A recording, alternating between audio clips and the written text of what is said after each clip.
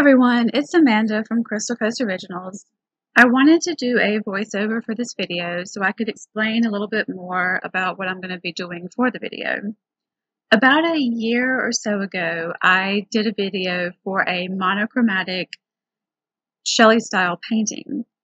And recently, within the last couple of months, I've gotten a lot of interest and a lot of views for that video.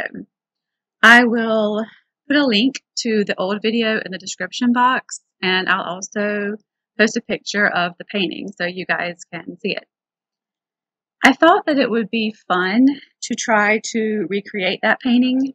I'm going to use the exact same formula, the exact same technique, and I thought it would be cool to see exactly what this new painting is going to look like. As we all know, in fluid art, no two paintings are ever the same.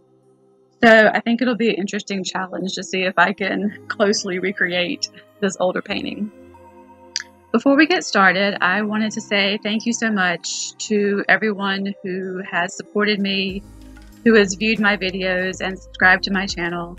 I really appreciate it, and I'm glad you guys are enjoying the video.